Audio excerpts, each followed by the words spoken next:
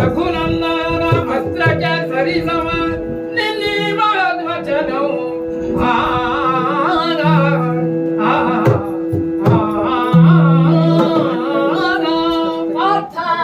ಸಂತೋಷವಾಯಿತು ನಿನ್ನ ಮಾತನ್ನ ಕೇಳಿ. ನನ್ನ ಪಾರ್ಥನ ಬಾಯಲ್ಲಿ ಬಂದ ಮಾತು ಮೆಚ್ಚಿದ್ದೇನೆ. ಪಾರ್ಥ ಮುಂದುವರೆಯಲಿ ಸಮರ.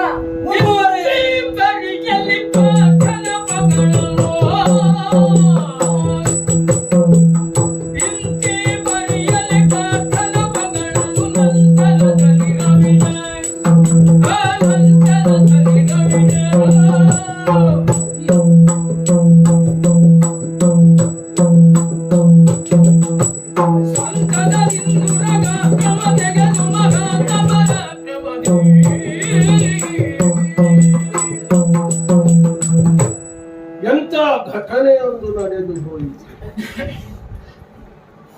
ಪಾರ್ಥನ ಪಕ್ಷದಲ್ಲಿದ್ದಂತ ಕೃಷ್ಣ ಒಮ್ಮೆಗೆ ಕರ್ಣನ ಪರಾಕ್ರಮವನ್ನ ಹೊಗಳಿದ್ದನಲ್ಲ, ಮೆಚ್ಚಿದನಲ್ಲ. ಅಷ್ಟೇ ಅಲ್ಲ, ಮಹಾರಥಿ ಕರ್ಣ ಎಂಬುದಾಗಿ ಘೋಷಿಸಿ ಬಿಟ್ಟನಲ್ಲ. ಸಾರ್ಥಕವಾಯಿತು. ಇಲ್ಲಿಗೆ ಭೀಷ್ಮ ಹೇಳಿದ ಅರ್ಧರಥಿ ಅಲ್ಲಿಗೆ ಬಿದ್ದು ಹೋಯಿತು. ಆದರೆ ಒಮ್ಮೆಲೆ ಇವನ ಹೊಗಳಿಕೆಗೆ ತರೆಗೆಲೆಗಳಂತೆ ಉದುರಿ ಹೋದೆನೋ ಅಂತ ಭಾಸವಾಯಿತು. ಒಮ್ಮೆ ಇಲ್ಲ, ಪ್ರವಾಹದ ನೀರಿನಲ್ಲಿ ಕೊಚ್ಚಿ ಹೋದೆನೋ ಅಂತ ಅನಿಸಿತು. ಯಾಕೆ?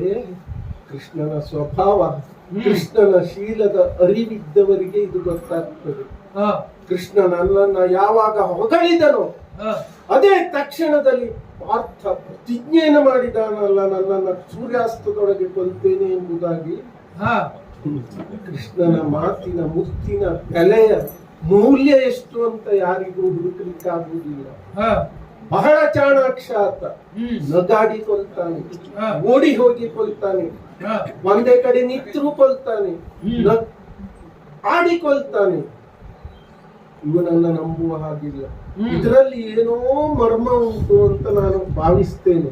ಹಾಗಾಗಿ ಎಚ್ಚರಿಕೆಯನ್ನ ವಹಿಸ್ತೇನೆ. ಇದಕ್ಕೆ ತಕ್ಕ ಮದ್ದಾಗಿಲೇಬೇಕು. ಹಾಗಾಗಿ ನನ್ನ ಬತ್ತಳಿಕೆಯಲ್ಲಿರುವ ಶರಕ್ಕೆ ಕೈ ಹಾಕಿ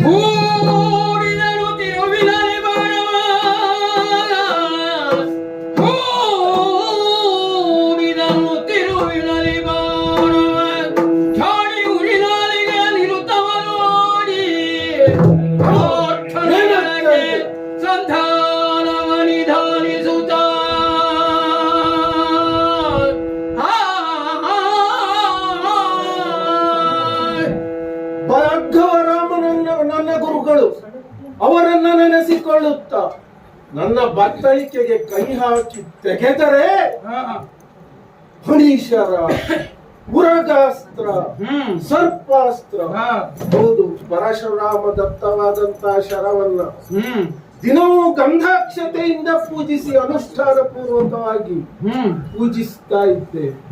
ಆಗೆಲ್ಲ ತಂಪಾಗಿದ್ದಂತಹ ಶರ ಈಗ ಒಮ್ಮೆಲೆ ಬಿಸಿಯಾಗಿದೆಯಲ್ಲ, ವಿಶೇಷ ಅನುಭವವನ್ನ ಕೊಡುತ್ತಾ ಇದೆಯಲ್ಲ. ಯಾಕೆ ಹೀಗಾಗ್ತಾ ಇದೆ ಒಂದು ಗೊತ್ತಾಗ್ತಾ ಇಲ್ಲ. ಏನಾಗ್ತಿದೆ ಅರಿವಿಗೆ ಬರ್ತಾ ಇಲ್ಲ. ಅದರ ಪರಿಣಾಮವನ್ನ ಕಂಡರೆ ದಿಗ್ಗು ಭ್ರಮೆಗೊಳ್ತಾ ಇದ್ದೇನೆ. ಮೇಲೆ ಹಾರುತ್ತಿರುವ ಖಗ ಸಂತತಿಗಳ ರೆಕ್ಕೆಗಳೆಲ್ಲ ಈ ಸರ್ಪಾಸ್ತ್ರದ ಉರಿ ಜ್ವಾಲೆಗೆ ಪಟಪಟನೆ ನೆಲಕ್ಕುರುತ್ತಾ ಇದೆಯಲ್ಲ. ವಿರೋಧಗಳ ಪಾಳೆಯದ ಮುಖವನ್ನೊಮ್ಮೆ ನೋಡಿದ್ರೆ ಧರ್ಮರಾಜ ತಲೆ ತಗ್ಗಿಸಿದ್ದಾನೆ. ಅರ್ಜುನ ಭೀಮನ ಕುಲ ಸಹದೇವರು ತಲೆ ತಗ್ಗಿಸಿ ನಿಂತಿದ್ದಾರೆ. ಕಪ್ಪಗಿದ್ದ ಕೃಷ್ಣನ ಮುಖ ಬೆಳಚಿಕೊಂಡಿದೆ, ಕೆಂಪಗಿದ್ದ ಅರ್ಜುನನ ಮುಖ ಕಪ್ಪಾಗಿದೆ. ವಿರೋಧಿಗಳೆಲ್ಲ ಹಪಹಪಿಸುತ್ತಿದ್ದಾರೆ, ಗೋಳಾಡುತ್ತಿದ್ದಾರೆ. ಆದರೆ ಇತ್ತ ನಮ್ಮ ಕಡೆಯಲ್ಲಿ ಕಣ್ಣಾಯಿಸಿ ನೋಡಿದ್ರೆ ಇವರೆಲ್ಲ ಕೇಕೆ ಹಾಕ್ತಾ ಇದ್ದಾರೆ, ನಗುತ್ತಾ ಇದ್ದಾರೆ, ಸಂತೋಷವಾಗಿದ್ದಾರೆ. ಇದರ ಅರ್ಥ ವಿರೋಧಿಗಳಿಗೆ ಇದು ತೊಂದರೆಯನ್ನ ಕೊಡುವಂತಹ ಶರ ನಮಗೆ ಏನೂ ಮಾಡ್ತಾ ಇಲ್ಲ ಅಂತ. ಆದ್ರೆ ಇದು ವಿಶೇಷವಾದ ಸರವೇ ಸರಿ. ಇದು ನನಗೆ ಈಗ ಸಂಭ್ರಮದ ಕ್ಷಣವೇ ಹೌದು. ಸಂಭ್ರಮದ ಕ್ಷಣವನ್ನ ಇತರರಲ್ಲಿ ಹಂಚಿಕೊಂಡರೆ ಆ ಸಂತೋಷ ದ್ವಿಗುಣವಾಗುತ್ತದಂತೆ. ದುಃಖವನ್ನ ಇತರರಲ್ಲಿ ಹೇಳಿಕೊಂಡಾಗ ಆ ದುಃಖ ಶಮನ ಆಗುತ್ತದಂತೆ. ಆದ್ರೆ ನನ್ನವರಿಗೆ ಯಾರಿಗೆ ಹೇಳಿ, ಯಾರಲ್ಲಿ ಹೇಳಿ ಈ ವಿಷಯವನ್ನು? ಯಾಕಂದ್ರೆ ಕಹಿಯಾದ ಕಷಾಯವನ್ನ ಬೇಗನೆ ಕುಡಿಬೇಕಂತೆ. ಆದರೆ ಸಿಹಿಯಾದ ರುಚಿಯಾದ ಕಷಾಯವನ್ನ ನಿಧಾನವಾಗಿ ಕುಡಿಯಬೇಕಂತೆ. ಈ ಸಂತೋಷವನ್ನ ನಾನು ಹಂಚಿಕೊಳ್ಬೇಕಲ್ಲ. ಯಾರಿದ್ದಾರೆ? ಇದ್ದಾರೆ ಒಬ್ರು. ಬೆಳಗ್ಗಿನಿಂದ ನನಗೆ ಬೈತಾನೆ ಇದ್ದಾರೆ ಅವರು. ನಾನೇ ಕರೆಸಿಕೊಂಡಿದ್ದು ಒತ್ತಾಯ ಪೂರ್ವಕವಾಗಿ ಅವರನ್ನ. ನಮಗೂ ಹಾಗೆ ಬೈಯವರು ಕಂಡ್ರೆ ನಾನು ಅವರನ್ನು ಹೋಗಿ ಮಾತನಾಡಿಸುವುದು. ನಾನು ಹೊಗಳಿದ್ದವರನ್ನು ಮಾತನಾಡಿಸುವುದಿಲ್ಲ. ಯಾಕೆ? ಏನು ಸರಿ ಇಲ್ಲ, ಯಾಕೆ ಸರಿ ಇಲ್ಲ ಅಂತ ಪ್ರಶ್ನಿಸುವುದು ನಾನು. ಹಾಗಾಗಿ ಯಾರಿದ್ದಾರೆ ನೋಡ್ರೆ ನಮ್ಮ ಬಳಿಯಲ್ಲೇ ಇದ್ದಾರೆ ಶಲ್ಯ ಮಹಾಪ್ರಭುಗಳು. ಶಲ್ಯ ಸಾರಥಿ. ಏನು ಸಾರಥಿ? ಏನು ಸಾರಥಿ? ಇದೇನು ಸಾರಥಿ? ಸರಳು ಪಾಂಡವ ಸೇನೆಯನ್ನು ಗೆಲ್ಲಬಹುದೇ? ಈ ಸರಳು ಪಾಂಡವ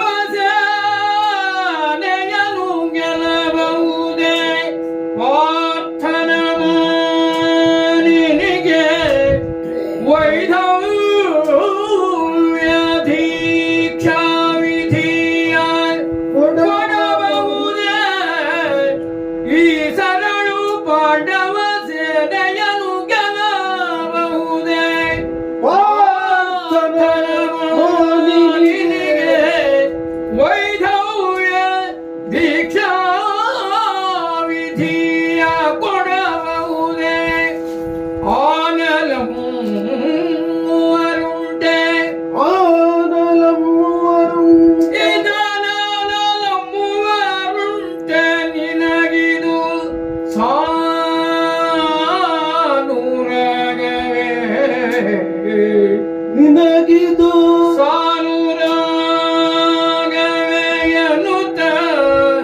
ಹೇಳೆಂದ.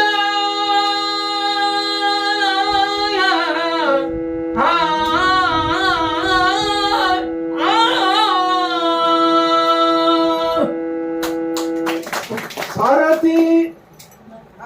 ಸಾರಥಿ ಅಂದ್ರೆ ಬೇಸರ ಇಲ್ಲಲ್ಲ, ವೃತ್ತಿವಾಚಕವಾಗಿ ಬೋಧಿಸ್ತಾ ಇರುವುದು.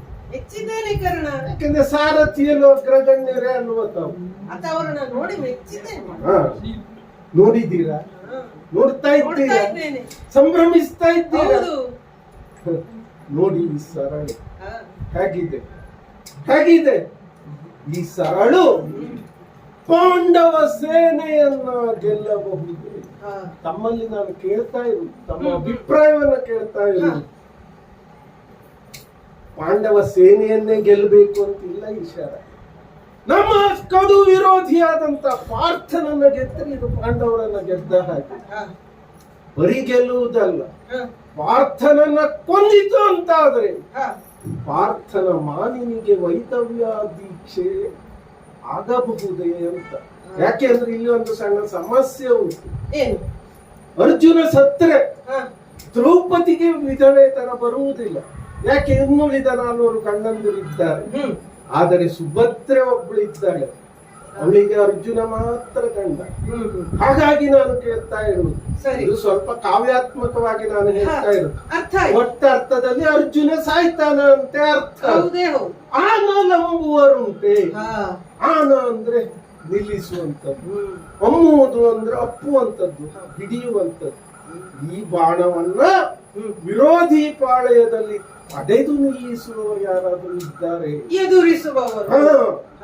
ಇದು ನಿನಗೆ ಸಾನುರಾಗವೇ? ಇದು ನಿನಗೆ ಸಹಮತವೇ ಅಂತ ತಮ್ಮಲ್ಲಿ ಅಭಿಪ್ರಾಯವನ್ನು ಕೇಳ್ತಾ ಇದ್ದೇವೆ. ಭಾನುಜಾತ ಲೇಸ ಮಾಡಿದ ಕರ್ಣ, ಲೇಸ ಮಾಡಿದ ಕರ್ಣ, ಕೌರವ ಈ ಸುದಿನ ಸಾಕಿದಕ್ಕೆ ನಿನ್ನನು, ಕೌರವ ನಿನ್ನನು ಸಾಕಿದಕ್ಕೆ ಫಲವ ನೀನೈಸಲೆ ತೋರಿದವ. ಈ ನೃಪ ಶರಧಿಯಲಿ ಫಲವ ನೀನೈಸಲೇ ತೋರಿದವ ಈ ನೃಪ ಸೈನ್ಯ ಶರಧಿಯಲಿ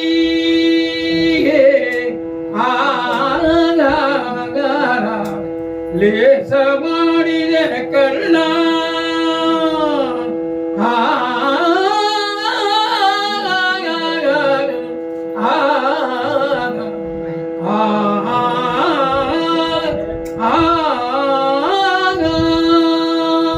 ಓ ಭಾನುಜಾತ, ಸಾರಥಿಗಳೇ, ಹೀಗೆ ನಿನ್ನನ್ನ ಕರೆಯುತ್ತಿರುವುದೇ ನಿನಗೆ ಆಶ್ಚರ್ಯ ಆಗ್ಬಹುದು. ಎಂದು ಕರೆದ ನೆನಪಿಲ್ಲ. ಸೂತ ಪುತ್ರ ಅಂತ ಕರೆದವರೇ ಜಾಸ್ತಿ.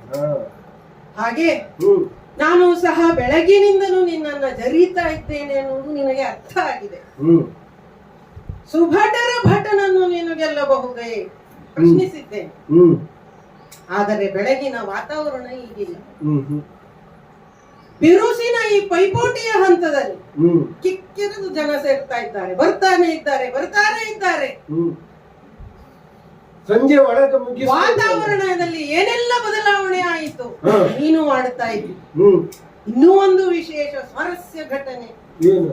ಈ ಕ್ಷಣದಲ್ಲಿ. ಹ್ಮ್ ಹಾಗಾಗಿ ಅಲ್ವಾ ನೀನು ಕೇಳಿದ್ದು, ಆ, ಏನು ಸಾರಥಿ ಈ ಸರಳು ಪಾಂಡವ ಸೇನೆಯ ಗೆಲ್ಲಬಹುದೇ? ಹ್ಮ್ ಸಾನುರಾಗವೇ ನಿಮಗೆ? ಹಾ, ಅಂದರೆ ಹ್ಮ್ ಈ ರೀತಿಯಾಗಿ ಸಾರಥಿಯನ್ನು ಹ್ಮ್ ಪ್ರಶ್ನಿಸುವುದು, ಈ ರೀತಿಯ ಒಂದು ತರಾತುರಿಯ ಸ್ಪರ್ಧೆಯಲ್ಲಿ ಹ್ಮ್ ಧನಸ್ಸಿಗೆ ಬಾಣವನ್ನು ಹಿಡಿದು ಇನ್ನೇನು ಗುರಿಯನ್ನು ಇಡುವ ಕಾಲಕ್ಕೆ ಪ್ರಶ್ನಿಸುವುದು ಹ್ಮ್ ನನ್ನ ಅನುಭವದಲ್ಲೂ ಇದು ಮೊದಲು. ಹ್ಮ್ ಇಷ್ಟು ಯುದ್ಧದಲ್ಲಿ ಸಾರಥ್ಯವನ್ನು ವಹಿಸಿ ಹ್ಮ್ ಸ್ವತಃ ಯುದ್ಧವನ್ನು ಮಾಡಿ ಅನುಭವ ಇರುವಂತಹ ಈ ಶಲ್ಯನಿಗೆ ಹ್ಮ್ ಈ ರೀತಿಯಾಗಿ ರಥಿಕ ಪ್ರಶ್ನಿಸುತ್ತಿರುವುದು ಇದೇ ಮೊದಲ ಬಾರಿ. ಬಹಳಷ್ಟು ಮೊದಲು ಆಗಿದೆ ಇಲ್ಲಿ. ಹ್ಮ್ ಸಂತೋಷವೂ ಆಯಿತು, ಮೆಚ್ಚಿದ್ದೇನೆ. ಹ, ನಿನ್ನ ವಿಶ್ವಾಸ, ಹ, ಮುಖದಲ್ಲಿಯ ತೇಜಸ್ಸು, ಹ್ಮ್ ಹೆ, ಹ್ಮ್ ಹಾಗಾಗಿ ಭಾನು ತೇಜ ಅಂತ ಕರೆದಿದ್ದು. ಹ್ಮ್ ಸೂರ್ಯನಂತಹ ಪ್ರಭೆ. ಹ್ಮ್ ಕೌರವ ಸೇನೆಯಲ್ಲಿ ಏನೆಲ್ಲ ಬದಲಾವಣೆಯಾಯಿತು, ಹ್ಮ್ ಕೃಷ್ಣನ ಮುಖವು ಕಪ್ಪಿಟ್ಟಿತು ಎನ್ನುವುದನ್ನು ನೀನು ಕಂಡು ಆಡುತ್ತಾ ಇದ್ದೀಯ, ಹ್ಮ್ ನಾನು ಗಮನಿಸಿದ್ದೇನೆ. ಹ್ಮ್ ಖಗ ಮೃಗಗಳು ಹ್ಮ್. ಚೆಲ್ಲಾಪಿಲ್ಲಿಯಾಗಿ, ಹ್ಮ್ ಅಷ್ಟೇ ಅಲ್ಲ, ಹ್ಮ್ ಈ ಸರಳನ್ನು ನೀನು ಹೂಡಿರುವ ಕಾಲಕ್ಕೆ ಹ್ಮ್ ಆ ಸರಳು ನಿನ್ನ ನಿರ್ದೇಶನದಂತೆಯೇ ಸಿದ್ಧಗೊಂಡಿದೆಯೋ, ಹ್ಮ್ ಇಲ್ಲ ಏನೋ ಒಂದು ಬದಲಾವಣೆ ಆಯಿತು ಅಥವಾ ವಿಶೇಷತೆ ನಡೀತಾ ಇದೆ ಹ್ಮ್ ಅನ್ನುವುದು ಹ್ಮ್. ನಿನ್ನ ಗಮನಕ್ಕೂ ಬಂದಿದೆ. ಬಹುಶಃ ಇದು ನಿನಗೂ ಒಂದು ಹೊಸ ಅನುಭವ ಇರಬೇಕು. ಹ್ಮ್ ಈ ಅಸ್ತ್ರವನ್ನು ಹಿಡಿದಿರುವುದು ಮೊದಲ ಬಾರಿಗೆ ಅಂತ ಅರ್ಥೈಸಿಕೊಂಡೆ. ಹ್ಮ್ ಹಾಗಾಗಿಯೇ ಪ್ರಶ್ನಿಸ್ತಾ ಇದ್ದೇನೆ, ಹ್ಮ್ ಹೊಗಳಿದ್ದೇನೆ. ಹ್ಮ್ ಈ ಕಾಲ ಘಟ್ಟದಲ್ಲಿ ಇನ್ನೇನು ಜಯ ನಿನ್ನ ಕೈಗೆ ಅನ್ನುವ ಹಾಗೆ ಹ್ಮ್ ಪರಿಣಾಮಕಾರಿಯಾದಂತಹ ಒಂದು ಬದಲಾವಣೆ ಹಾಗೂ ವರ್ತನೆ ಈಶ್ವರ ಮಾಡುತ್ತದೆ ಅಂತ ಆದ್ರೆ ಏನೋ ಒಂದು ವಿಶೇಷತೆ ಇದೆ. ಹ್ಮ್ ವಿಷವನ್ನು ಉಗುಳುತ್ತಾ ಇದೆ, ಹ್ಮ್ ಪುಸ್ ಎನ್ನುವ ಹಾಗೆ ಸರ್ಪಾಸ್ತ್ರ ಹ್ಮ್ ಹೆಡೆ ಎತ್ತಿ ಸಿದ್ಧವಾಗಿದೆ. ಬುಸು ಬಿಡುತ್ತಿದೆ. ಹ, ಹ್ಮ್ ನೀನಿನ್ನೇನು ವಿಮುಕ್ತಗೊಳಿಸಬೇಕು ಅನ್ನುವುದಕ್ಕಿಂತಲೂ ಮೊದಲಾಗಿ ಇದು ಏನೋ ಒಂದು ಪ್ರಚೋದನೆಯನ್ನು ಪಡೆದು ಸ್ವತಂತ್ರವಾಗಿ ವರ್ತಿಸ್ತಾ ಇದೆಯೋ, ಹ, ಈ ಸರಳಿಗೆ ಒಂದು ಜೀವಂತಿಕೆ ಇದೆಯೋ, ಹ, ತನ್ನದಾದಂತಹ ಇಚ್ಛೆ ಇದೆಯೋ, ಹ್ಮ್ ತಾನೇನು ಮಾಡ್ಲಿಕ್ಕೆ ಕುತೂಹಲದಿಂದ ತವಕದಿಂದ ಸಾಗುತ್ತಾ ಇದೆಯೋ ಹ್ಮ್ ಅನ್ನುವ ಹಾಗೆ. ಹ್ಮ್ ಹಾಗಾಗಿಯೇ ಕೇಳಿದ್ದು. ಹ್ಮ್ ಮತ್ತೆ ನಿನ್ನ ಈ ವಿಶ್ವಾಸ, ಈ ರಣದ ಸಮರದ ಹ್ಮ್ ವೈಖರಿ ಹ್ಮ್ ಮೆಚ್ಚಿ ಆಡ್ತಾ ಇದ್ದೇನೆ. ಹ್ಮ್ ನಿನ್ನ ಯಾರೆಲ್ಲ ಜರಿದರೋ ಹ, ಅವರಿಗೆಲ್ಲ ಉತ್ತರ ಅನ್ನುವ ಹಾಗೆ ಹ್ಮ್ ಭಾನುತೇಜ ಅನ್ನುವಂತಹ ನಾಮಧೇಯದಿಂದಲೂ ಸಂಬೋಧಿಸಿದ್ದು ಅದೇ ಕಾರಣಕ್ಕೆ. ಹ್ಮ್ ನಿನ್ನ ಹುಟ್ಟಿನ ರಹಸ್ಯ ಹ್ಮ್ ಯಾರೆಲ್ಲರಿಗೂ ಇರದೇ ಇದ್ದರೂ ಸಹ ಹ್ಮ್ ಸ್ವತಃ ಜನ್ಮ ಪಡೆದ ಶಿಶುವಿಗೆ ಗೊತ್ತಾಗುವುದಿಲ್ಲ. ಹ್ಮ್ ಯಾರು ಪಾಲಿಸಿದರೋ ಅವರೇ ಪಾಲಕರು ಅಂತ ಭಾವಿಸುತ್ತದೆ. ಹ್ಮ್ ಇನ್ನು ತಂದೆ ತಾಯಿಗಳು ಹೇಳಿದರೆ ಅರ್ಥವಾಗುತ್ತದೆ. ಹ್ಮ್ ಆದರೆ ಹ್ಮ್ ಸೂರ್ಯನಿಗೆ ಅರಿವಿಗೆ ಬರದ್ದು ಯಾವುದಾದ್ರೂ ಇದೆಯೋ? ಹ್ಮ್ ಯಾವ ಮೂಲೆ ಮೂಲೆಗೂ ತನ್ನ ಬೆಳಕನ್ನ ಚಾಚುವಂತಹ ಹ್ಮ್. ಬೀರುವಂತಹ ಸಾಮರ್ಥ್ಯವುಳ್ಳವನು, ಅರ್ಥದಲ್ಲಿಯೂ ಆಡಿದೆ, ಅದಲ್ಲ ವಿಷಯ. ನೀನು ಒಟ್ಟಿನಲ್ಲಿ ಸತ್ಯ ಇರಬಹುದು ಅಂತ ನಾನು ಭಾವಿಸ್ತೇನೆ. ಅರ್ಥದಲ್ಲಿ ನಾನು ಆಡಿದ್ದೆ, ಅದಲ್ಲ ವಿಷಯ ಇರಲಿ. ಸರಳನ್ನ ಹೂಡಿದ್ದು ಹೇಗೆ ಅಂತ ಪ್ರಶ್ನೆ ಅದು ಮುಖ್ಯವಾದದ್ದು. ಈ ರೀತಿಯಲ್ಲಿ ತನ್ನದೇ ಆದಂತಹ ಒಂದು ಉತ್ಸಾಹವನ್ನು ತೋರಿಸುತ್ತಿರುವ ಕಾಲಕ್ಕೆ ಅದರ ನೆಲೆಯನ್ನು ನೀನು ಸರಿಯಾಗಿ ಅರಿತಿದ್ದೀಯೋ ಅನ್ನೋ ಪ್ರಶ್ನೆ ಇನ್ನೊಮ್ಮೆ ಪ್ರಶ್ನಿಸಿಕೊಳ್ಳಬೇಕು. ಕಾರಣ ಯಾಕೆಂದ್ರೆ ತನ್ನದಾದಂತಹ ನಿರ್ಧಾರವನ್ನು ಕೈಗೊಳ್ಳಲಿಕ್ಕೆ ಅಷ್ಟು ಹುರುಪಿನಿಂದ ಸಿದ್ಧಗೊಳ್ಳಿದೆ ಅಂತ ಆದ್ರೆ ನೀನಿಟ್ಟ ಗುರಿಯನ್ನ ತಪ್ಪಿಸುವುದಕ್ಕೆ ಸಾಧ್ಯ ಉಂಟು ಅಥವಾ ತಪ್ಪಬಹುದು. ಯಾಕೆಂದ್ರೆ ಊರ್ಧ್ವಮುಖವಾಗಿದೆ ಅದರ ಪಯಣ, ಮುಖ ಊರ್ಧ್ವವಾಗಿದೆ. ಕೊರಳಿಗೆ ಗುರಿ ಇಟ್ಟಿದ್ದೆ, ಕೊರಳಿಗೆ ಇಟ್ಟಿದ್ದು ಹೌದು ಅಂತ ಇನ್ನೊಮ್ಮೆ ನೋಡ್ಬೇಕು. ಹಾಗೂ ಈ ಅಸ್ತ್ರದ ನೆಲೆ ಏನು, ವಿಶೇಷತೆ ಏನು, ಇನ್ನೊಮ್ಮೆ ಅದೆಲ್ಲ ಪರಾಂಬರಿಸಿ ನೋಡಬೇಕು. ಇಟ್ಟ ಗುರಿ ಸರಿಯಾಗಿದೆಯೋ, ಕೊರಳಿಗೆ ಇಟ್ಟದ್ದ ನೀನು, ಕೊರಳಿಗೆ ಇಟ್ಟ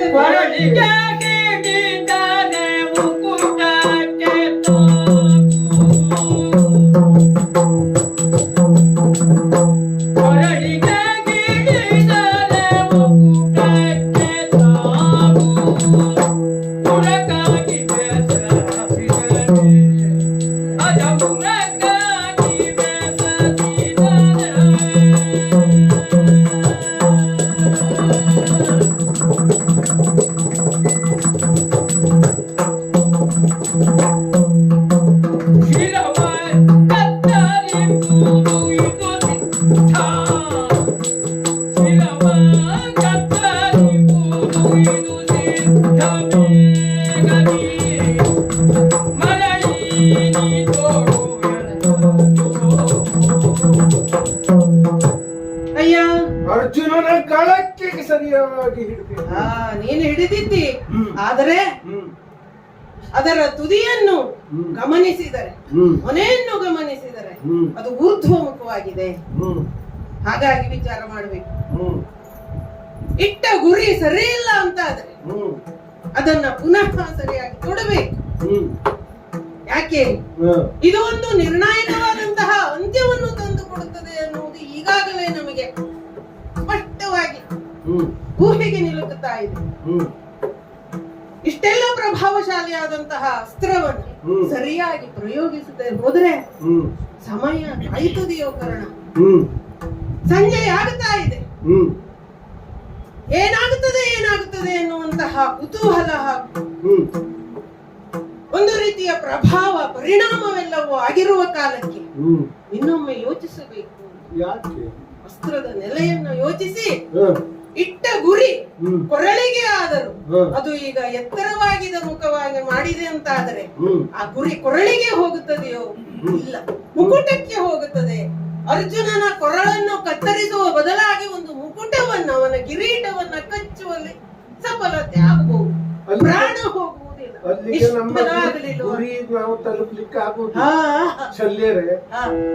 ಹಾಗಾಗಿ ಅದು ಯಾಕೆ ಹಾಗಾಗ್ತದೆ, ಯಾಕೆ ಹಾಗಾಗ್ತದೆ? ಆ ಅಸ್ತ್ರದ ಸರಳಿನ ಮೊನೆ ಅದು ಊರ್ಧ್ವಮುಖವಾಗಿದೆ. ನೀನಿಟ್ಟಿದ್ದು ಕೊರಳಿಗಾದರೂ 4-5 ಅಂಗುಲ ಮೇಲೆ ಅದು ಹೋಗಿ ತಲುಪುವಾಗ 4-5 ಅಂಗುಲ ಬರೀ ಊರ್ಧ್ವ ಅಥವಾ ಮತ್ತೇನು ಉಂಟ? ಹಾಗಾಗಿ ನೀವು ತಗ್ಗಿಸುವುದು ವಿರೋಧಿಗಳ ತಂತ್ರ ಏನಾದರೂ ಈಗ ವಿರೋಧಿಗಳು ತಂತ್ರ ಮಾಡುತ್ತಾರೆ. ನಿನಗೆ ಆ ಜಾಗೃತಿಯೂ ಇದೆ ಅಂತ ಅರಿವಾಗಿತ್ತು. ನಾನು ವಿರೋಧಿಗಳ ಬಗ್ಗೆ ಅಷ್ಟು ಜಾಗೃತೆಗೊಂಡಿದ್ದೆ ಅಂತ ಆದ್ರೆ ನೀನೀಗ ಗುರಿ ಬದಲಾಯಿಸು. ಯಾಕೆಂದ್ರೆ ಅವನು ನಳಿನಾಕ್ಷ ಸಾರಥ್ಯವಲ್ಲಿ ಯಾರದ್ದು? ಅರ್ಜುನನ ಸಾರಥಿ ಅಂತಹ ಚತುರಮತಿ ಚಾಣಾಕ್ಷ. ಎಲ್ಲ ದಿಕ್ಕುಗಳಲ್ಲೂ ಅವ ಕಣ್ಣನ್ನ ಹಾಯಿಸುವವ. ಈಗೆಲ್ಲ ನಾವು ಗಮನಿಸಿದಂತಹ ಅವನು ಗಮನಿಸ್ಲಿಕ್ಕೆ ಸಾಕು. ನೆನಪಾಯ್ತಲ್ವೋ ನಿನಗೆ? ಯಾವ್ಯಾವಾಗ ಎಂತದ್ರಿಂದ ಸಂಜ್ಞೆ ಕೊಡ್ತಾನೆ. ಹೌದು, ಹಾಗಾಗಿ ಅವನ ಸಂಜ್ಞೆಗೆ ಏನೇನು ಅರ್ಥ ಅಂತ ನಾವು ಹಾಗಾಗಿ ಅವ ತಗ್ಗಿಸಿಯಾನು ಅಥವಾ ಎತ್ತರಿಸಿಯಾನು ರಥವನ್ನು. ದ್ವೈರಥ ಯುದ್ಧದಲ್ಲಿ ದಿಕ್ಕನ್ನು ಬದಲಾಯಿಸಲು ಸಾಧ್ಯ ಇಲ್ಲ, ನಿಯಮ ಅದು, ಯುದ್ಧ ನೀತಿ. ಆದರೆ ನಿಂತ ಜಾಗದಲ್ಲಿ ರಥವನ್ನ ಅಂಗುಲದಷ್ಟು ಏರಿಸಬಹುದು ಅಥವಾ ಒಂದು 4-5 ಅಂಗುಲದಷ್ಟು ಸಾಧ್ಯ ಇರುವಷ್ಟು ಎತ್ತಬಹುದು ಹಾಗೂ ತಗ್ಗಿಸಬಹುದು. ಹ್ಮ್. ಆ ಸಾಧ್ಯತೆ ಇದೆ. ಹಾಗಾಗಿ ನೀನು ಕೊರಳಿಗೆ ಶಲ್ಯರೇ, ಹಾ. ಇನ್ನೊಂದು ಸಾಧ್ಯತೆಯೂ ನನಗೆ ಗೋಚರಿಸ್ತಾ ಉಂಟು. ಹಾ.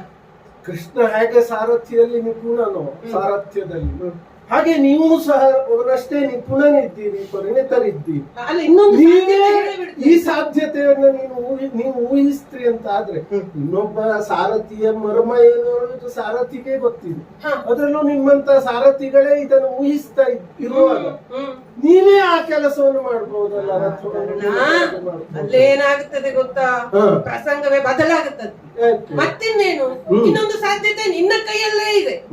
5 ಅಂಗುಲದಷ್ಟು ನೀನೇ ಆ ಗುರಿಯನ್ನು ಕೆಳಗೆ ತಗ್ಗಿಸಿದರೆ, ಅಂದ್ರೆ ನಿನ್ನ ಗುರಿಯ ನೇರ ಅವನ ಎದೆಗಿದ್ದರೆ ಅವ ತಗ್ಗಿಸಿದರು ಕೊರಳಿಗೆ ಹೋಗುತ್ತದೆ. ನೀನು ಹೇಳಿದಿ ನಾನೇ ರಥವನ್ನು ತಗ್ಗಿಸಬಹುದು. ಕಾರಣ ಇದು ದ್ವೈರಥ ಯುದ್ಧ ಆದ್ದರಿಂದ ರಥವನ್ನ ಆ ಕಡೆ ಈ ಕಡೆ ಚಲಿಸಬಾರದು, ಬಿಟ್ರೆ ಮೇಲೆ ಕೆಳಗೆ ಮಾಡಬಹುದು, ಮೇಲೆ ಕೆಳಗೆ ಮಾಡಬಹುದು. ಆದರೆ ಕೃಷ್ಣ ಮಾಡುವ ಬದಲಾಗಿ ನೀನೇ ಮಾಡಬಹುದಲ್ಲ ಅಂತ ನೀನು ಕೇಳ್ತಾ ಇತ್ತು. ಈ ಸಾರಥ್ಯತನ ಅಥವಾ ರಥಿಕ ಪರಸ್ಪರ ಹೇಗೆ ಅವರಿಬ್ಬರು ಸೇರಿ ಅದು ಒಂದು ಪಕ್ಷ, ಅಲ್ಲಿಯೂ ಹಾಗೆ ಅವರಲ್ಲಿ ಯಾವ ಅನ್ಯೋನ್ಯತೆ ಇದೆ, ನಮ್ಮಲ್ಲೂ ಇದೆ ಅಂತ ಆಯ್ತು. ನೀನ್ ನಾನು ತಗ್ಗಿಸಬಹುದು ಅಂತ ಹೇಳ್ತಾ ಇದ್ದಿ, ಆದರೆ ನಾನು ತಗ್ಗಿಸಿ ನಿನ್ನ ಸರಳಿನ ಗುರಿ ಬದಲಾವಣೆ ಆದ್ರೂ ಅದು ನೀನೇ ಗುರಿ ಬದಲಾವಣೆ ಮಾಡಿದ ಹಾಗೆ ಆಗುತ್ತದೆ. ನಾನು ನೀನು ಬೇರೆ ಅಲ್ಲ. ಇಲ್ಲಿ ನಿಮ್ಮ ಇಬ್ಬರ ಮನಸ್ಥಿತಿ ಹಾಗೂ ಇಟ್ಟ ಗುರಿ ಅದು ಒಂದೇ ಆಗುತ್ತದೆ, ಬೇರೆ ಆಗುವುದಿಲ್ಲ. ಮತ್ತೆ ಇನ್ನೊಂದು ಜಾಗ್ರತೆ ಇರ್ಲಿ, ಶಲ್ಯ ಗೆದ್ದಿದ್ ಕೊಟ್ಟ ಅಂತ ಆಗ್ತದೆ, ಮತ್ತೆ ನಿನಗೆ ಬರುವುದಿಲ್ಲ. ಅರ್ಜುನ ನನಗೆ ಗೆದ್ದವು ಶಲ್ಯ ಅಂತ ಆಗುವುದಿಲ್ವಾ? ನನ್ನ ಮಾತನ್ನು ನೀನು ಕೇಳಬೇಕು. ಒಂದು ನಿಮಿಷ ಅದು ಸ್ಪಷ್ಟಪಡಿಸ್ತೇನೆ. ಮತ್ತೆ ಶಲ್ಯ ತಗ್ಗಿಸಲಿಲ್ಲ ಅಂತ ಆರೋಪ ನೀನು ಆಮೇಲೆ ಮಾಡುವಾಗಿಲ್ಲವಲ್ಲ, ಅದಕ್ಕಾಗಿ ಕೇಳಿದ್ದು. ಆರೋಪ ಅಲ್ವಾ? ಇರ್ಲಿ, ಏನೇ ಇರ್ಲಿ, ಒಂದು ಪ್ರಶ್ನೆ ಉದ್ಭವ ಆಗಿದೆ ಅಂತ ಅದ್ರ ಉತ್ತರ ಉಂಟು ಹೇಳ್ತೇನೆ. ನಾನೇ ತಗ್ಗಿಸಿದ್ರು ನೀನೇ ಗುರಿ ಬದಲಾವಣೆ ಮಾಡಿದ ಹಾಗೆ ಆಗುತ್ತದೆ ಅಂತ ಒಂದು. ಅದು ನೀನು ಇಟ್ಟ ಗುರಿಯನ್ನು ಬದಲಾಯಿಸ್ತೇ ಅಂತ ಇದ್ದಿದ್ರೆ ನಾನು ಮಾಡ್ತೇನೆ, ನನಗೆ ಅಭ್ಯಂತರ ಇಲ್ಲ. ಮತ್ತೆ ಮತ್ತೊಂದು, ಹೀಗೆ ಶಲ್ಯನೇ ಗೆದ್ದ ಅನ್ನುವುದು ಅದು ನಿನಗೆ ಸರಿಯೋ ಅನ್ನುವುದು ಇನ್ನೊಂದು ಪ್ರಶ್ನೆ. ಮತ್ತೊಂದು, ಈ ದ್ವೈರಥ ಯುದ್ಧದಲ್ಲಿ ಇಬ್ಬರು ಒಂದಾಗಿ ಸಾಗಬೇಕು. ಆದರೆ ನಾನು ನಿನ್ನ ಸಾರಥ್ಯವನ್ನು ವಹಿಸಿಕೊಂಡು ಬರುವ ಕಾಲಕ್ಕೆ ಹೇಳಿದ್ದೆ, ನನ್ನ ಮಾತಿನಂತೆ ನೀನು ನಡೆದುಕೊಳ್ಳಬೇಕು ಅನ್ನುವುದಾಗಿ. ಹಾಗೆ ಕೌರವನಲ್ಲಿ ಹೇಗೆ ಬಂದಿತ್ತು. ಮತ್ತೆ ನಾನು ಇದುವರೆಗೂ ಮಾತನಾಡಲಿಲ್ಲ, ಎಲ್ಲವನ್ನೂ ನೋಡ್ತಾ ಇದ್ದೇನೆ, ನಿನ್ನನ್ನು ಹೊಗಳಿದ್ದೇನೆ. ನೀನು ಮಾತಾಡಿಸಿದ ಕಾಲಕ್ಕೆ ಈ ಸರಳು ಹೂಡಲು ಇದು ಹೇಗೆ ಪಾರ್ಥನ ಮಾನಿನಿಗೆ ವೈಧವ್ಯವನ್ನ ತಂದು ಕೊಡಬಹುದೇ? ಆಗ ನಾನು ಮಾತಾಡಿದ್ದೇನೆ. ನಿನ್ನ ಪ್ರಶ್ನೆಗೆ ನಾನು ಉತ್ತರ ಕೊಟ್ಟಿದ್ದೇನೆ ಅಂತ ಆದ್ರೆ ನೀನು ಅದನ್ನ ಮಾಡಬೇಕಾಗುತ್ತದೆ. ನನ್ನಿಂದಲೇ ಮಾಡಿಸುವುದು ಅಂತ ಅಲ್ಲ, ನೀನು ಮಾಡಬೇಕು. ನೀನಿಟ್ಟ ಗುರಿಯನ್ನು ನೀನು ಬದಲಿಸು. ಮತ್ತೆ ಕ್ರಿಯೆಗೆ ಪ್ರತಿಕ್ರಿಯೆಯನ್ನು ಕೊಡುವವರು ಅವರು. ನಿನ್ನ ಬಾಣಕ್ಕೆ ಅವರು ಉತ್ತರವನ್ನು ಕೊಡ್ತಾರೆ. ನೀನು ಹೀಗೆ ವಿಳಂಬ ಮಾಡ್ತಾ ಇದ್ರೆ, ಈಗಾಗಲೇ ನಾನು ಹೇಳಿದಾಗೆ ನಲಿನಾಕ್ಷ ಏನನ್ನು ಮಾಡುವ ಸಾಧ್ಯತೆ ಇದೆ. ತಡ ಮಾಡಬೇಡ, ಹೂಡು ಬಾಣವನ್ನ ಇನ್ನೊಮ್ಮೆ ಸರಿಯಾಗಿ ಆಮೇಲೆ ಹೇಳಬಹುದು ಅಂತ ಹೇಳಿದ್ರೆ ಹೇಳ್ತಾ ಇಲ್ಲ. ಇಲ್ಲಿ ನಾನೇ ಗೆಲ್ಬೇಕು ಅಂತ ಬರುವುದಾಗಿದ್ರೆ ನಾನೊಬ್ಬನೇ ಬರ್ತೀನಿ, ನಿನ್ನ ಸಹಾಯ ಬೇಕು. ನಾವಿಬ್ಬರು ಸೇರಿ ಯುದ್ಧವನ್ನ ಗೆಲ್ಲಬೇಕು, ಅದೇ ಸರಿಯಾದದ್ದು ಎನ್ನುವ ನಿರ್ಣಯದಿಂದಲೇ ನಿನ್ನನ್ನು ಕರ್ಕ ಬಂದಿತ್ತು. ತಾಳ ಮೇಳ ಸರಿಯಾಗಿದ್ದರೆ ಮಾತ್ರ ಪ್ರಸಂಗ ಆಟ ಚೆನ್ನಾಗಿ ಆಗ್ತದೆ. ಸಲಹೆಯನ್ನ ಕೇಳಿದ್ದು, ಆದ್ರೆ ಏನು ಕಂಡೀಷನ್? ಒಂದೇ ಸಂಧಾನ ನಾಲಿಗೆ ಒಂದು ನಮ್ಮಲ್ಲಿ ಕುಟಿಲ ವಿದ್ಯೆಗ ಎಂದು ಕಂಡ ಈ ಶಲ್ಯ ನಾವೊಡಿಗಿಡುವ ಧರ್ಮದಲ್ಲಿ ಇಂದು ಹೂಡುವ ಜನವೈಯುವುದಂದವೇ ಶಲ್ಯ ಇಂದು ಊಡಿದ ಶರಮ ಇಳುವುದಂದವೇ ಭರಸಾಲೆಂದು ತಿರುವಿನ ಅಪ್ಪು ತಟ್ಟರು ಕರಡಾಕ್ಷಣ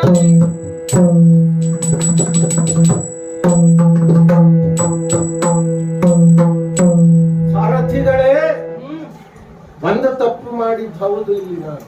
ಹೌದಾ? ಊಟ ಆದ ಮೇಲೆ ಹೊಟ್ಟೆ ತುಂಬಿದ ಮೇಲೆ ಮತ್ತೆ ಎತ್ತ ಕೊಟ್ಟರು ಸೇರುವುದಿಲ್ಲ. ಹಾಗಾಯ್ತು ಪರಿಸ್ಥಿತಿ. ಒಮ್ಮೆ ಗುರಿ ಇಟ್ಟಾಗಿದೆ ಅರ್ಜುನನ ಗಳಕ್ಕೆ, ಕಂಠಕ್ಕೆ, ಕೊರಳಿಗೆ. ಇದನ್ನು ಬದಲಾಯಿಸುವ ಪ್ರಶ್ನೆ ಇಲ್ಲ. ಯಾಕೆ? ನಾಲಿಗೆ ಒಂದೇ, ಸರಸಂಧಾನ ಒಂದೇ. ಇಲ್ಲಿಯವರೆಗೆ ನಾವಿಬ್ಬರು ಸೇರಿ ಮಾಡಿದ ಯುದ್ಧದಲ್ಲಿ ಒಂದಾದರೂ ಅಧರ್ಮ ಅನ್ಯಾಯವನ್ನ ನಾವು ಮಾಡಿದವರಲ್ಲ, ಮಾಡುವ ಇಚ್ಛೆಯೂ ನಮಗಿಲ್ಲ. ಧರ್ಮ ಯುದ್ಧ ಇದು. ಧರ್ಮದಂತೆ ನಾವು ಜಯವನ್ನ ಪಡೆಯಬೇಕು ಅಂತ ನಾವು ಮುನ್ನಿಟ್ಟಿದ್ದು. ಶರವನ್ನ ಹಿಡಿದಿದ್ದೇನೆ, ಈಗ ನೀವು ಬದಲಾಯಿಸಿ ಅಂತ ಹೇಳ್ತಾ ಇದ್ದೀರಿ. ಕಾಲಬಾಧಕ ಆಗಿ ಹೋಯ್ತು, ಅವಧಿ ಬಾಧಕ ಆಗಿ ಹೋಗಿತ್ತು.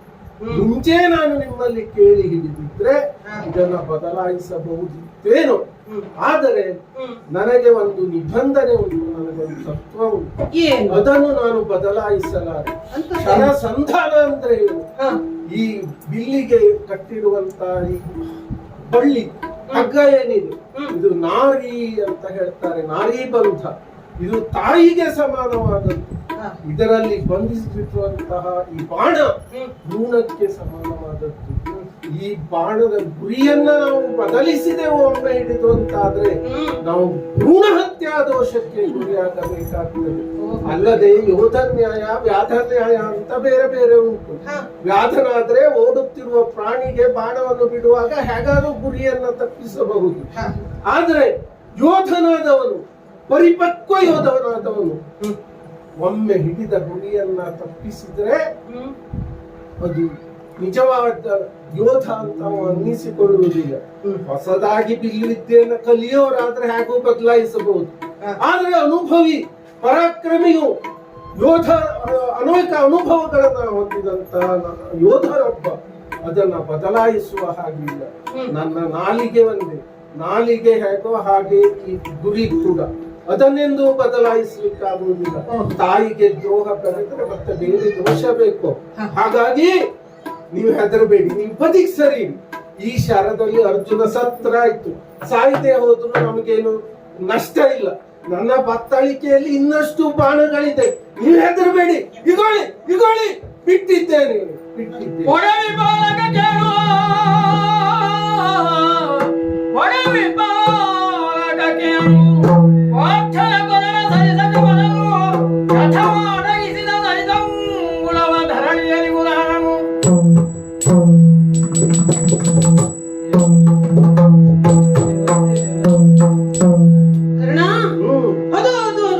ನೋಡಿದೀಯಾ ಮುಕುಟವನ್ನ ಕಚ್ಚಿದ, ಹೌದಾ? ಕಿರೀಟ, ಕೊರಳನ್ನ ಕತ್ತರಿಸಲಿಲ್ಲ, ಹೇಳಿದ ಹಾಗೆ ಆಯ್ತು. ಆದ್ರೆ ನೋಡಲ್ಲಿ ಸರ್ಪಗಳು, ಎಷ್ಟೊಂದು ಸರ್ಪಗಳು ಹಾಗೆ ಅರ್ಜುನನ ಬಾಣಗಳಿಂದ ಹತವಾಗಿ ಹೋದವು, ಸತ್ತು ಬಿದ್ದವು. ಆದ್ರೆ ಒಂದು ಸರ್ಪವನ್ನು ಗಮನಿಸಿದ್ಯಾ? ಅದು ಅದು ಅದು ಇತ್ತಲೇ ಬರ್ತಾ ಇದೆ ನಿನ್ನ ಬಾಣ.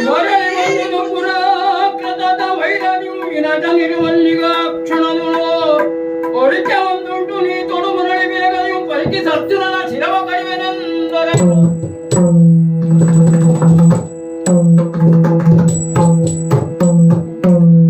ನನ್ನ ಪ್ರವೇಶಕ್ಕೆ ಇದೇ ಸರಿಯಾದ ಸಮಯ. ನಾನು ಸೇಡು ತೀರಿಸಿಕೊಳ್ಳಬೇಕು ಅಂತ ಬಯಸ್ತಾ ಹಲವು ವರ್ಷಗಳೇ ಆದವು. ಯಾರಲ್ಲಿ ನನ್ನ ಸೇಡು? ಈ ಅರ್ಜುನನಲ್ಲಿ ನನ್ನ ಸೇಡು. ಕಾರಣ ನನ್ನ ತಾಯಿಯನ್ನು ಕೊಂದವನು. ನಾನು ಈ ಸೇಡು ತೀರಿಸಿಕೊಳ್ಳಲು ಆಕಾಶ ಮಾರ್ಗದಲ್ಲಿ ಘೋರವಾದ ವಿಷವನ್ನು ಉಳುತ್ತಾ ಅಗ್ನಿಯ ಜ್ವಾಲೆಯಂತೆ ಪಸರಿಸುತ್ತಾ ಇದೆ. ಆ ರಭಸಕ್ಕೆ ಬಾನಂಗಳದಲ್ಲಿ ಸ್ವತಂತ್ರವಾಗಿ ಹಾರಾಡುತ್ತಿರುವ ಅನೇಕ ಹಕ್ಕಿಗಳು ಸತ್ತು ಬೀಳ್ತಾ ಇದ್ದಾವೆ. ಖಗ ಸಂಕುಲವೇ ನಾಶವಾಗುತ್ತದೆಯೋ ಅನ್ನುವಂತೆ ನಿಧಾನವಾಗಿ ನಾನು ಈ ಕ್ಷೇತ್ರಕ್ಕೆ ಇಳಿದಿದ್ದೇನೆ.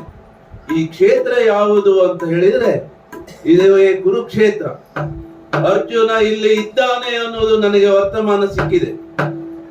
ಅರ್ಜುನನನ್ನು ಹಲವು ವರ್ಷಗಳಿಂದ ನಾನು ಕಾಯ್ತಾ ಇದ್ದೆ, ಎಲ್ಲಿ ಸಿಗ್ತಾನೆ ಅವನು. ಅರ್ಜುನನಿಗೂ ಅವನ ವೈರಿಯಾದ ಕರ್ಣನಿಗೂ ಘನಘೋರವಾದ ಕಾಳಗ ನಡೀತಾ ಇದೆ. ಈ ಸಂದರ್ಭವನ್ನು ನಾನು ಈಗಾಗಲೇ ಒಮ್ಮೆ ಉಪಯೋಗಿಸಿಕೊಂಡಿದ್ದೇನೆ. ಇವರು ಯಾರಿಗೂ ಅದು ಗೊತ್ತಾಗಲಿಲ್ಲ. ಸ್ವತಃ ಕರ್ಣನಿಗೂ ಗೊತ್ತಾಗಲಿಲ್ಲ, ಅವನ ಸಾರಥಿಯಾದ ಶಲ್ಯನಿಗೂ ಗೊತ್ತಾಗಲಿಲ್ಲ. ಈ ಸ್ವಲ್ಪ ಸಮಯದ ಮೊದಲು ಕರ್ಣನು ಎಸೆದ ಆ ಬಾಣದಲ್ಲಿ ನಾನು ಇದ್ದೆ. ಹಾಗಾಗಿ ಇಲ್ಲಿ ನಡೆದ ವಿದ್ಯಮಾನಗಳು ಸ್ವಲ್ಪ ನನಗೆ ಗೊತ್ತಾಗಿದೆ. ಕರ್ಣನು ಶರವನ್ನು ಪ್ರಯೋಗಿಸಿದಾಗ ಅದು ಅರ್ಜುನನ ಕೊರಳನ್ನು ಕತ್ತರಿಸುತ್ತದೆ. ಇದೇ ಸಂದರ್ಭ ನಾನು ಅಲ್ಲಿಯೇ ಕಚ್ಚಬೇಕು, ಅರ್ಜುನನನ್ನು ಸಾಯಿಸಬೇಕು ಅಂತ ನಾನು ಹವಣಿಸುತ್ತಾ ಇದ್ದೆ. ಆದರೆ ಆ ಶರ ಹೋಗಿ ಅರ್ಜುನನ ಮುಕುಟವನ್ನು ಬೀಳಿಸಿ ಅರ್ಜುನನ ರುಂಡ ಬೀಳಬೇಕಾಗಿತ್ತು. ಆದ್ರೆ ಯಾಕೆ ಬೀಳಲಿಲ್ಲ ಅಂದ್ರೆ ಆ ಹರಿಯ ತಂತ್ರಗಾರಿಕೆ ಅಲ್ಲೇ ಇದೆ. ನಾನು ಆ ಮುಕುಟವನ್ನು ಕಚ್ಚಿದ್ರಿಂದ ಸ್ವಲ್ಪ ನನ್ನ ಹಲ್ಲು ನೋಯ್ತಾ ಇದೆ. ಏನೋ ಸಾವರಿಸಿಕೊಂಡಿದ್ದೇನೆ. ಆ ಬಿದ್ದ ಬಾಣವನ್ನು ಬಾಯಿಂದ ಕಚ್ಚಿಕೊಂಡಿದ್ದೇನೆ. ನಿಧಾನವಾಗಿ ಹೊರಳುತ್ತಾ ತೆವಳುತ್ತಾ ಕರ್ಣನ ರಥದ ಹತ್ತಿರ ಬಂದಿದ್ದೇನೆ. ಕರ್ಣನ ರಥದ ಚಕ್ರದ ಸಹಾಯದಿಂದ ಅದ ಮೇಲೆ ಏರಿರುತ್ತಾ ಕರ್ಣನ ಮುಂದೆ ಬಂದು ನಿಂತಿದ್ದೇನೆ. ಅವನಲ್ಲಿ ಸ್ವಲ್ಪ ಮಾತನಾಡಬೇಕು. ಹಾಗಾಗಿ ಕರ್ಣ, ಯಾರು? ನಾನೇ ಮಾನವರು ಬಂದ್ರು ಅಂತ ತಿಳಿದಿದ್ದೆ. ಅಲ್ಲ ಅಲ್ಲ ಅಲ್ಲ ಅಲ್ಲ, ಸರ್ಪ. ಹೌದು, ನನಗೆ ಅನುಮಾನ ಬಂತು. ಬರುವಾಗ್ಲೇ ಹೊಗೆ ಬಂತಲ್ಲ. ಆದ್ರೆ ಹೊಗೆಯಿಂದ ನಮ್ಗೇನು ತೊಂದರೆ ಆಗ್ಲಿಲ್ಲ. ಆಗಲೂ ಒಮ್ಮೆ ಬಂದಿತ್ತು, ಕೆಲವರಿಗೆ ತೊಂದರೆ ಆಗಿದೆ, ನಮಗೆ ತೊಂದರೆ ಆಗ್ಲಿಲ್ಲ. ಈಗಲೂ ಬಂದ್ರು ಏನು ತೊಂದರೆ ಆಗ್ಲಿಲ್ಲ. ಆದ್ರೆ ನೀನೇ ಹೊಗೆ ಬಿಟ್ಟವನು ಅಂತ ನನಗೆ ಖಾತ್ರಿ ಆಯಿತು. ಇರ್ಲಿ, ನಾನು ಬರೇ ಕೈಯಲ್ಲಿ ಕಿರೀಟ ಕಚ್ಚಿಕೊಂಡು ಬಂದಿದ್ದೀಯ. ಹೌದು, ನಿಧಾನವಾಗಿ ಬರ್ತಾ ಇರುವುದನ್ನು ನೋಡಿದ್ರೆ ಬಾಲ ಮೊಂಡಾಗಿದೆ. ಹೌದು, ವಿಕಲಾಂಗ ಚೇತನ. ಹೌದು, ವಿಕಲಾಂಗನಾದ್ರೂ ಚೈತನ್ಯ ಉಂಟು. ಚೈತನ್ಯ. ಏನು ಏನು ಏನು ಬಂದದ್ದು? ಯಾರ ಕಿರೀಟ? ಏನು ಬಂದದ್ದು? ನಿನ್ನ ವೈರಿ ಯಾರು? ಆ ಅರ್ಜುನ ಇದ್ದಾನು, ಅವನು ನನಗೂ ವೈರಿಯೇ. ನಾನು, ನನ್ನ ಗುರಿಯೂ ಒಂದೇ, ನಿನ್ನ ಗುರಿಯೂ ಒಂದೇ. ನಾನು ಅರ್ಜುನನನ್ನು ಸಾಯಿಸಬೇಕು ಅಂತಾನೇ ಕಾಯ್ತಾ ಇದ್ದೆ. ನಿನ್ನ ಗುರಿಯೂ ಅದೇ, ಅರ್ಜುನನನ್ನು ಸೋಲಿಸಬೇಕು ಅಥವಾ ಸಾಯಿಸಬೇಕು ಅಂತ. ಆದ್ರೆ ನಾನು ಒಬ್ಬನೇ ಹೋಗಿ ಸಾಯಿಸುವ ಹಾಗೆ ಇಲ್ಲ. ಯಾಕೆ ಅಂದ್ರೆ ನೀನು ಹೇಳಿದ ಹಾಗೆ ನನ್ನ ಬಾಲ ಮುಂಡಾಗಿದೆ. ಅಂದ್ರೆ ನಾನು ಅಂಗವಿಕಲ. ನನ್ನ ಅಂಗವೈಕಲ್ಯಕ್ಕೆ ಕಾರಣನೇ ಈ ಅರ್ಜುನ. ನಾನು ಇನ್ನೊಮ್ಮೆ, ನೀನು ಆ ಶರವನ್ನು ಬಿಟ್ಟೇ ಅಲ್ಲ ಈ ಮೊದಲು, ಆ ಶರದಲ್ಲಿ ನಾನು ಇದ್ದೆ, ನಿನಗೆ ಗೊತ್ತಾಗಲಿಲ್ಲ. ಎಲ್ಲ ವಿಷಯಕ್ಕ ಇದು ಇಲ್ಲಿ ನಡೀತಾ ಇರುವುದು ಕರ್ಣಾರ್ಜುನರ ಯುದ್ಧ. ಹೌದು, ಅವರಿಬ್ಬರಲ್ಲೇ ನಡೆಯುತ್ತಿರುವಂತ ಯುದ್ಧ. ಅರ್ಜುನನನ್ನು ನಾನು ಕೊಲ್ಲಬೇಕು ಅಂತ ನಡೀತಾ ಇರುವಂತ ಯುದ್ಧ. ಆದ್ರೆ ನಿನಗೆ ಯಾಕೆ ಅರ್ಜುನ ಕೊಲ್ಲಬೇಕು ಅಂತ ಅನಿಸ್ತು? ಯಾಕೆ ನೀನು ನನ್ನ ಬತ್ತಳಿಕೆಯಲ್ಲಿ ಬಂದದ್ದು? ಕಾರಣ ಏನು ನಿನ್ನ ದ್ವೇಷಕ್ಕೂ? ಸುರಪತಿಯ ಕಾಂಡವನದೊಡನಲು ತಾನು ಸುರಪತಿಯ ಕಾಂಡವನದೊಡನಲು ತಾನು ಉರಗಪತಿ ತಾನಶ್ವಮೇನ ಉರಗಪತಿ ತಾನಶ್ವಮೇನ ಒಂದು ದಿನ ಮನವನ್ನಿಗೊಳಿಸುತ್ತಿರ ಅರ್ಜುನನು. ಒಂದು ದಿನ ಮನವನ್ನಿಗೊಳಿಸುತ್ತಿರ ಅರ್ಜುನನು. ಭಯದಿಂದ ಬಾಯುತ್ತಿರಲು, ಭಯದಿಂದ ಬಾಯುತ್ತಿರಲು. ಒಂದನಿ ಪಾಪಿ ಅರಗಡಿದನು, ಒಂದನಿ ಪಾಪಿ ಬಂದನ್ನ. ಎಲ್ಲ ಭಜನ ಕೇಳು ನೀನು.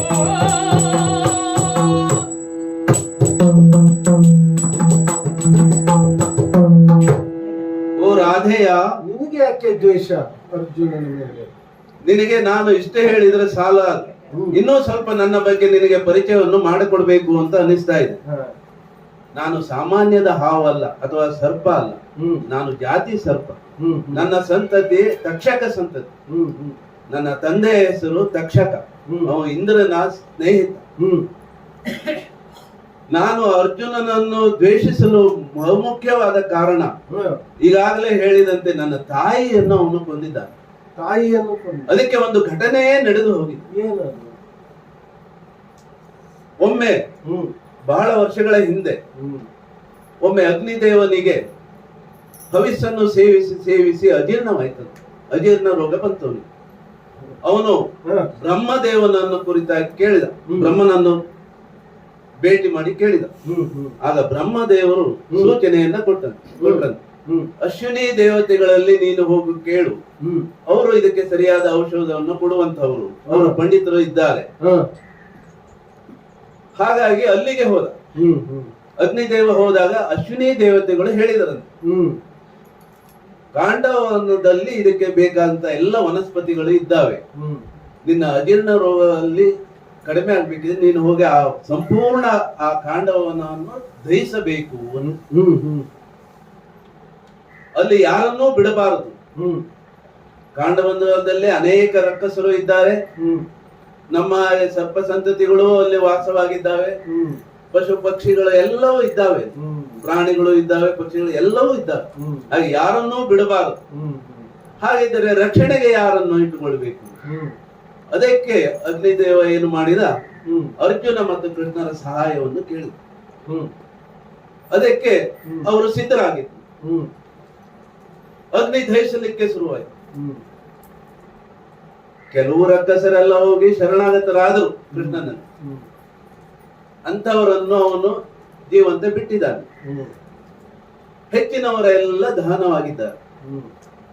ನಮ್ಮ ಮನೆಯವರಿಗೂ ಬಂತು. ಆಗ ನಾನು ಬಾಲಕನಾಗಿದ್ದೆ. ಬಹಳ ವರ್ಷಗಳ ಹಿಂದೆ ನಡೆದ ಕಥೆ ಇದು. ನನ್ನ ತಾಯಿ ಮಾತ್ರ ಇದ್ರು, ತಂದೆ ಇರಲಿಲ್ಲ. ತಂದೆ ಆಗ ಕುರುಕ್ಷೇತ್ರಕ್ಕೆ ಹೋಗಿದ್ರು.